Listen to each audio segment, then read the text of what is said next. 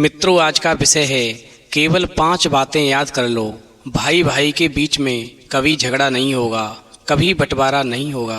देवरानी जेठानी के बीच में प्यार बढ़ेगा, घर स्वर्ग बन जाएगा। मित्रों, एक बार माता पार्वती ने भगवान शिव से कहा, प्रभु आज मुझे कोई ऐसी ज्ञान की बात बताओ, कोई ऐसी कहानी सुनाओ जिससे इस बात का ज्ञान प्राप्त हो कि भाई भाई आपस में ना लड़ें और उनके बीच में हमेशा प्रेम बना रहे, घर की स्त्रियां भी झगड़ा नहीं करा सकें।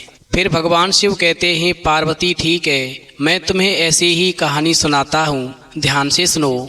तो मित्रों, कहानी शुरू करने से पहले मेरा आप सभी से अनुरोध है कि आप हमारी कहानी में खो जाएं। उससे पहले हमारे चैनल को सब्सक्राइब करके बेल आइकन अवश्य दबा लें, जिससे हमारी हर वीडियो का नोटिफिकेशन सबसे पहले आप तक पहुंच सके और आप हमारी हर वीडियो से प्राप्त ज्ञान का अपने जीवन में लाभ उठा सकें।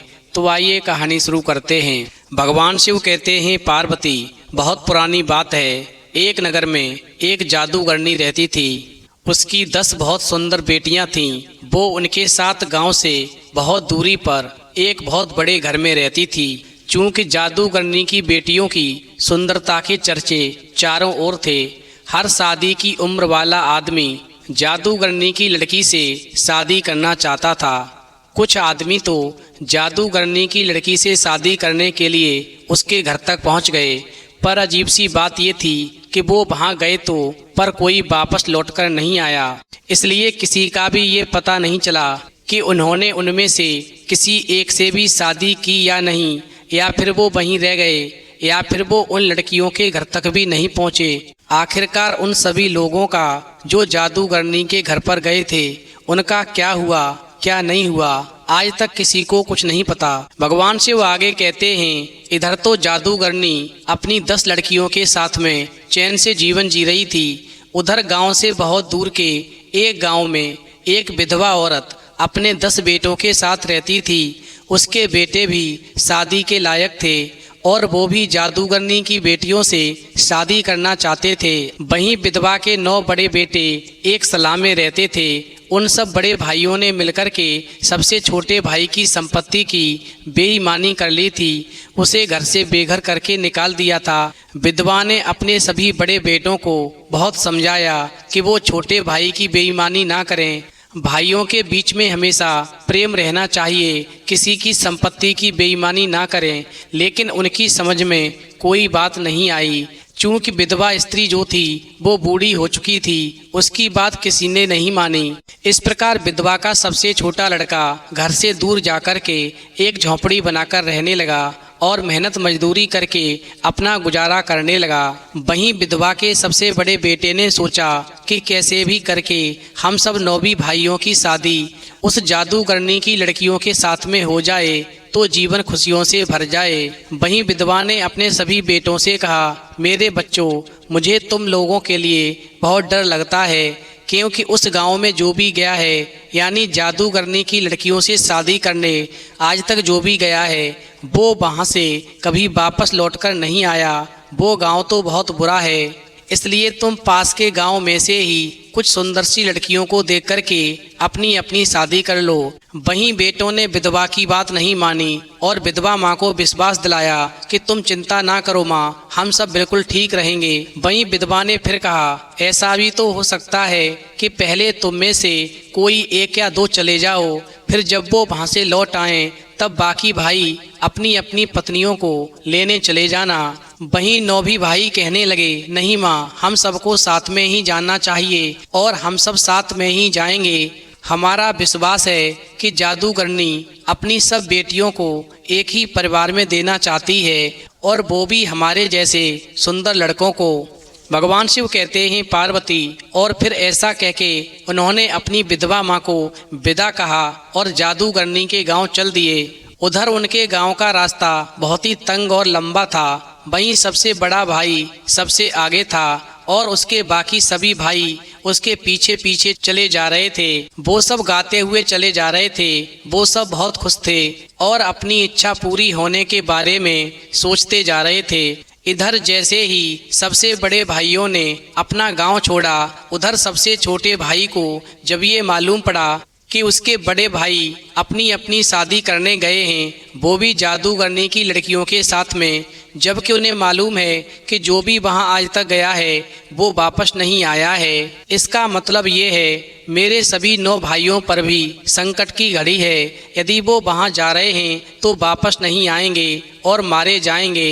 इससे पहले कि उनके साथ कोई घटना घटित हो जाए, मुझे उन्हें बचाना होगा और उनका पीछा करना होगा। उन्होंने मेरे साथ जो किया मुझे ये बात भूलनी होगी, क्योंकि संसार में भाई से बढ़कर प्यारी चीज़ दूसरी कोई नहीं होती।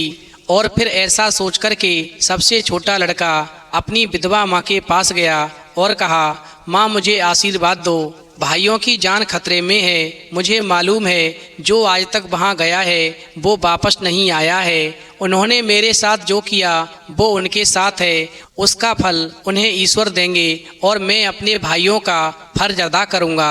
और फिर ऐसा कहकर के विधवा का छोटा लड़का अपने भाइयों को जादूगरनी के प्रकोप से बचाने के लिए निकल पड़ा। वहीं आगे चलते हुए उसे घायल अवस्था में एक संत मिले और फिर उसने उन संत की मल्लम पट्टी की, उस पर दवा लगाई तो संत कहते हैं, बेटा मुझे मालूम है कि तुम कहाँ जा रहे हो और मुझे ये भी मालूम है कि वहाँ जाने के बाद में तुम्हारे 9 भी भाई मारे जाएंगे और साथ में तुम भी मारे जाओगे। तुम एक नेक इंसान हो, तुमने मेरे जख्मों पर मरहम लगाया है, तुम्हारे दिल में अपने भाइयों के प्रति बहुत प्रेम है और इसी वजह से मैं तुमसे बहुत प्रसन्न हूँ।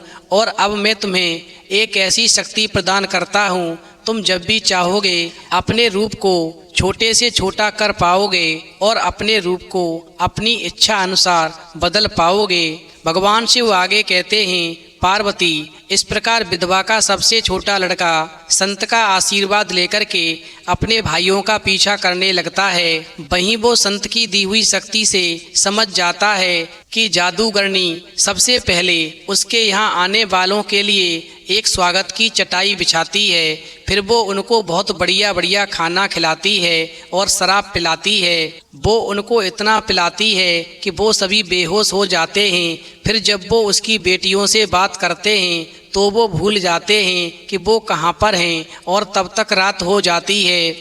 और रात होने के बाद में फिर जादूगरनी कहती है, ओहो अब तो रात हो गई, तुम यहीं मेरे घर में क्यों नहीं ठहर जाते? अब यहाँ से जाने में बहुत खतरा है, तुम मेरे घर में आराम से सो जाओ, कल सुबह चले जाना।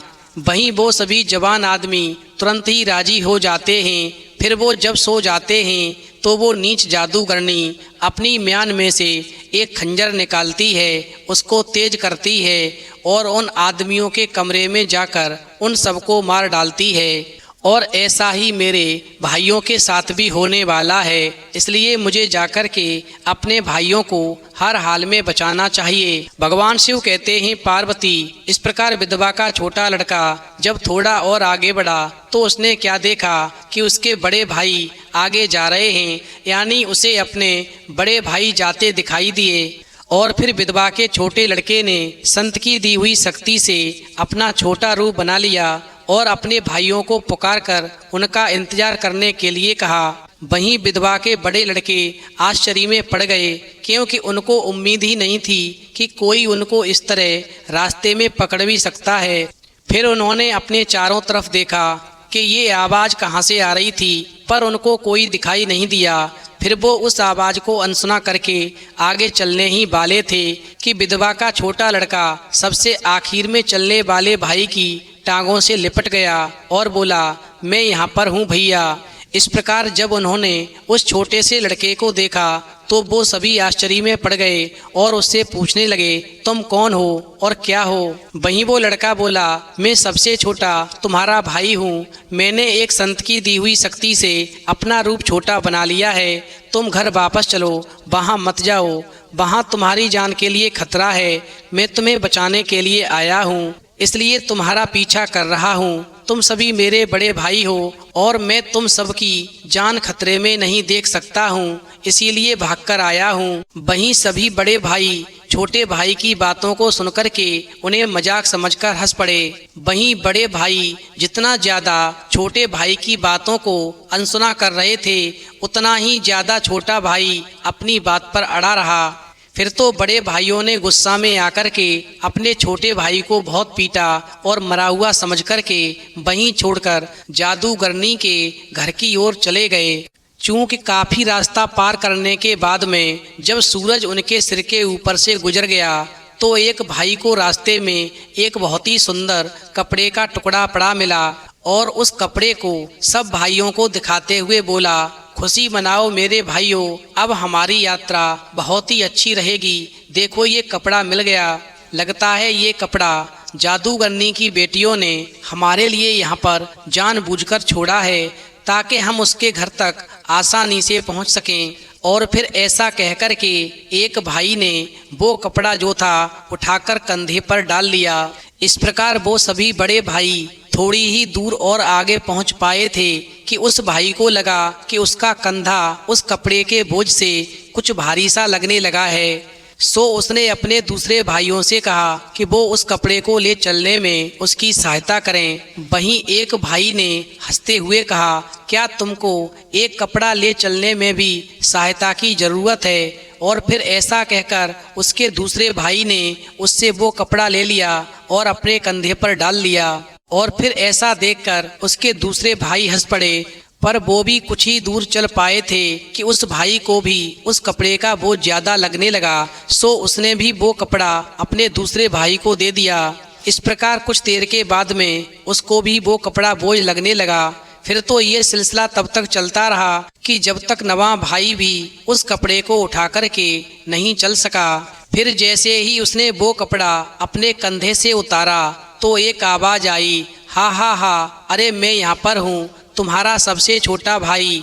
अरे तुमने मुझे बहुत मारा और मरा हुआ जानकर छोड़ आए, लेकिन मैं संत की शक्ति से मरा नहीं और तुम्हारा पीछा कर रहा हूँ। फिर ऐसा कहते हुए वो कपड़े में से कूद कर के बाहर आ गया और फिर बाहर आकर बोला, मैं कपड़े के अंदर बैठा था और इतनी देर तक तुम लोग मुझे उठाए ला रहे थे, इसीलिए ये कपड़ा इतना ज़्यादा भारी था। और फिर ऐसा सुनकर उसके भाई लोग बहुत गुस्सा हुए। वहीं उन्होंने उसको पकड़ लिया और फिर से बहुत पीटा। वहीं एक बड़े भाई ने कहा, इसको सबक सिखाने के लिए इसकी इतनी ही पिटाई काफ़ी है, इसे जीवन भर याद रहेगी और ये हमारा पीछा भूल कर भी नहीं करेगा। इस प्रकार बड़े भाइयों ने फिर से उसे मरा हुआ समझ करके छोड़ दिया और अपनी यात्रा पर आगे चल दिए। वहीं विधवा का सबसे छोटा लड़का फिर से उठ कर के अपने बड़े भाइयों का पीछा करता रहा। उधर उसके बड़े भाई जल्दी ही जादूगरनी के गांव आ गए और जब वो वहां पर पहुंचे तो वो जादूगरनी उनके स्वागत के लिए बाहर आई। उसकी बेटियां उसके पीछे खड़ी थीं। सारे भाइयों की बोलती ही बंद हो गई थी। उन्होंने ऐसी सुंदरता पहले कभी नहीं देखी थी। उन्होंने तो ये कभी सोचा ही नहीं था कि इतनी सुंदर लड़कियां धरती पर भी कभी थीं। भगवान शिव कहते हैं, पार्वती, उधर तो विधवा के 9 भी बड़े लड़के उन लड़कियों को गौर से देख रहे थे, उनकी सुंदरता पर मोहित हो गए थे। उधर छोटा भाई चुपचाप से छोटा सा रूप बना करके अपने भाइयों के पास छिप करके खड़ा हो गया। उधर उस जादूगरनी ने उन सबका अपनी बेटियों से परिचय कराया। फिर उनको अपने मेहमानों वाले घर में ले गई। तब तक उसने छोटे से बच्चे को नहीं देखा था जो अपने सबसे बड़े भाई के पैरों के पीछे खड़ा था। फिर आखिर में जादूगरनी ने सबसे छोटे भाई को देखा तो उसे उसका छोटा मोटा रूप देख करके बड़ा आनंद आया। फिर तो उसने कहा, ए छोटे बच्चे, तुम इधर आओ, तुम मेरे साथ में घर में आओ, तुम तो बहुत ही प्यारे हो, मैं तुमको अपने घर में आराम से ठहराऊंगी। इस प्रकार विधवा के सभी लड़के उसकी बेटियों के साथ में आनंद करते रहे और रात हो गई। वहीं जादूगरनी ने उन सभी लड़कों को अपने ही घर में रोक लिया। उधर वो सभी लड़के वहां रुकने में बहुत ही ज़्यादा खुश थे, क्योंकि उनको तो जादूगरनी की लड़कियों के अलावा कुछ भी दिखाई ही नहीं दे रहा था। इस प्रकार जादूगरनी ने उन सभी लड़कों को सुंदर सा खाना परोसा और शराब परसी। उसके बाद में उन सब ने खूब खाना खाया और नाचा। वहीं जादूगरनी ने जब देखा कि सभी लड़के लड़कियां खा पीकर नशा में धुत हो गए हैं और एक दूसरे के ऊपर सो रहे हैं, तो उसने उन सभी के बिस्तर बिछाए, वहीं आदमियों को उसके सफ़ेद कपड़े उड़ाए और अपनी बेटियों को नीले कपड़े उड़ा दिए। फिर वो अपने घर चली गई। उधर विधवा के सबसे छोटे लड़के ने संत की दी हुई शक्ति से सोने के लिए एक सुंदर सी जगह बनाई और फिर जादूगरनी से बोला, ओ बड़ी औरत, तुम कैसे सोती हो? वहीं जादूगरनी बोली, जब मैं सो जाती हूँ तो खर्राटे मारती हूँ, और तुम कैसे सोते हो? वहीं विधवा के छोटे लड़के ने झूठ बोला और कहा, ओ बड़ी औरत, मैं तो जंगली सुअर की तरह आवाजें करके सोता हूँ। इस प्रकार जादूगरनी बोली, ठीक है, ठीक से सोना, और फिर वो ऐसा कहकर के खुद भी सोने चली गई। पर विधवा का छोटा लड़का सोया नहीं, वो बस चुपचाप पड़ा रहा और सोने का बहाना करता रहा। उधर जादूगरनी ने उसको जैसे ही खर्राटे मारते सुना तो वो बिना आवाज किए अपने बिस्तर से उठी और कमरे के उस कोने में गई जहां उसका खंजर रखा था। इस प्रकार जादूगरनी ने जैसे ही म्यान से खंजर को निकाला तो छोटा भाई एकदम से जाग गया और बोला, अरे तुम ये क्या कर रही हो? वहीं जादूगरनी ने तुरंत ही खंजर म्यान में रख दिया और परेशान सी होती हुई बोली, कुछ नहीं कुछ नहीं, मुझे अफसोस है कि मैंने तुम्हें जगा दिया। अरे मेरे छोटे आदमी, लाओ मैं तुम्हारा तकिया फिर से ठीक कर दूं, तुम आराम से सो जाओ। और फिर वो जादूगरनी जो थी विधवा के छोटे लड़के को सोने के लिए कहकर स्वयं अपने बिस्तर पर चली गई। उधर जब विधवा के छोटे लड़के ने देखा कि इस बार जादूगरनी खर्राटे भर रही है, यानी वो सो गई है, तो चुपचाप से अपने बिस्तर से उठा और उस मेहमानों वाले घर में पहुंच गया जहां उसके भाई और वो सुंदर लड़कियां सोई हुई थीं। वहीं उसने बड़ी सावधानी से अपने भाइयों के ऊपर से सफ़ेद कपड़ा हटाकर उन्हें लड़कियों के ऊपर डाल दिया और उन लड़कियों के नीले कपड़े हटाकर अपने भाइयों को उड़ा दिए। और फिर धीरे से वो अपने बिस्तर में घुस गया और अपनी चादर ओढ़ ली। इस प्रकार फिर से उस जादूगरनी को धोखा देने के लिए वो खर्राटे भरने लगा। वहीं जादूगरनी ने विधवा के छोटे लड़के के खर्राटे सुने तो वो समझ गई कि अब ये सो चुका है, और फिर वो चुपचाप से उठी और अपने कमरे के कोने में अपना खंजर निकालने लगी। इस प्रकार जादूगरनी ने अब की बार बहुत ही धीरे से अपनी म्यान में से वो खंजर निकाला और चुपचाप ही उसको तेज किया और मेहमानों वाले कमरे में चली गई।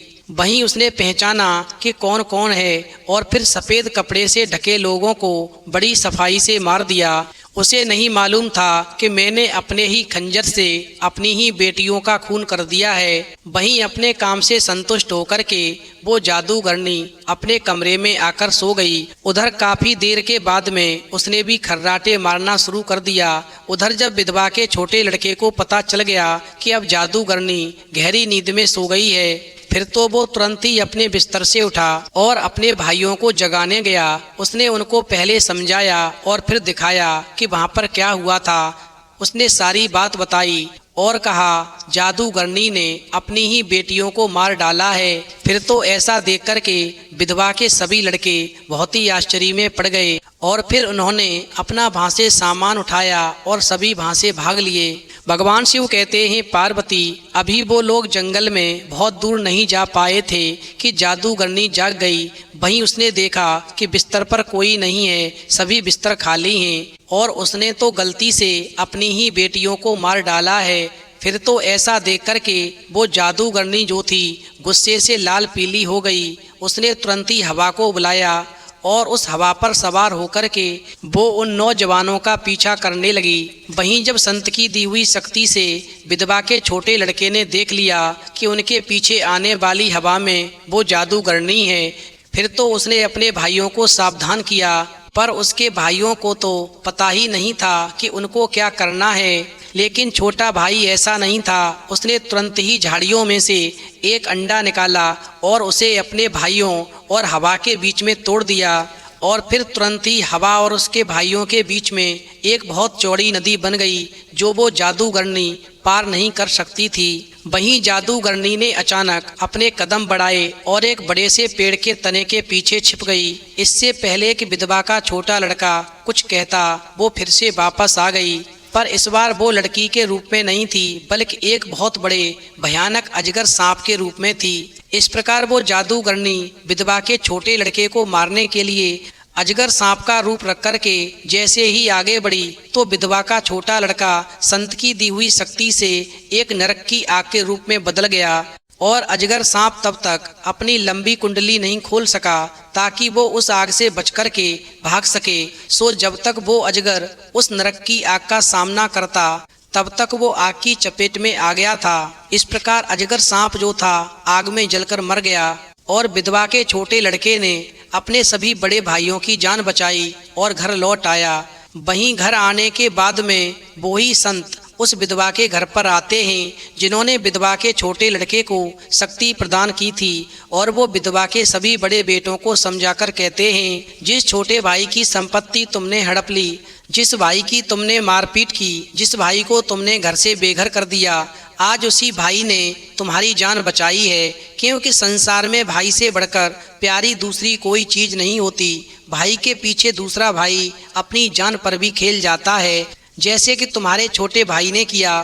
फिर तो संत के वचन सुनकर के विधवा के सभी बड़े लड़कों की आंखों में आंसू आ गए और उन्होंने अपने छोटे भाई से माफ़ी मांगी और उसका जो भी हिस्सा था उसे वापस कर दिया और हमेशा प्रेम से रहने का वचन लिया। वहीं भगवान शिव अंत में कहते हैं, पार्वती हमेशा ध्यान रखना, उस घर में कभी भाई भाइयों के बीच में झगड़ा नहीं होगा जो इन 5 बातों को याद रखेगा। नंबर 1, भाई भाई में घर का बंटवारा मूर्खता है। भाइयों के बीच में कभी घर का बंटवारा नहीं होना चाहिए। नंबर 2, कायदे से भाइयों में जो आर्थिक रूप से ज़्यादा मजबूत हो वो मकान में अतिरिक्त कमरे बनवाकर छोटे भाई की मदद करे तो छोटा भाई हमेशा बड़े भाई के पैरों में पड़ा रहेगा, उसे सम्मान देगा। या फिर वर्तमान में रहने वाले मकान को सही करा दे या एक और मकान नज़दीक में ही बना ले और छोटे भाई के लिए रहने की व्यवस्था जस की तस रहने दे। ऐसा करने से छोटे भाई की तरफ से बड़े भाई को हमेशा सम्मान प्राप्त होगा। इसके उलट अगर छोटे भाई की आर्थिक स्थिति बड़े भाई से ज़्यादा मजबूत हो तो वही काम छोटे को भी करना चाहिए। नंबर 4, घर की औरतें भले ही सलाह दे दें मगर भाइयों को अलग होने के लिए ना भड़काएं, क्योंकि घर के ज़्यादातर बंटवारे घर की औरतें ही कराती हैं। वहीं अंत में बहुत ही महत्वपूर्ण बात बताते हुए भगवान शिव कहते हैं, पार्वती राम जी रावण से इसलिए जीत गए क्योंकि उनका छोटा भाई लक्ष्मण उनके पीछे खड़ा था, जबकि रावण के हारने की वजह उसका छोटा भाई विभीषण को घर से भगाना था। इसलिए भाई से हमेशा प्यार करें, भाई की कभी बेईमानी ना करें, क्योंकि भाई भाई होता है। भाई जैसी प्यारी चीज़ संसार में दूसरी नहीं होती। तो मित्रों, यदि आपको कहानी पसंद आई हो तो प्लीज़ आप हमारे चैनल को सब्सक्राइब करें और भगवान शिव और पार्वती के लिए एक लाइक करना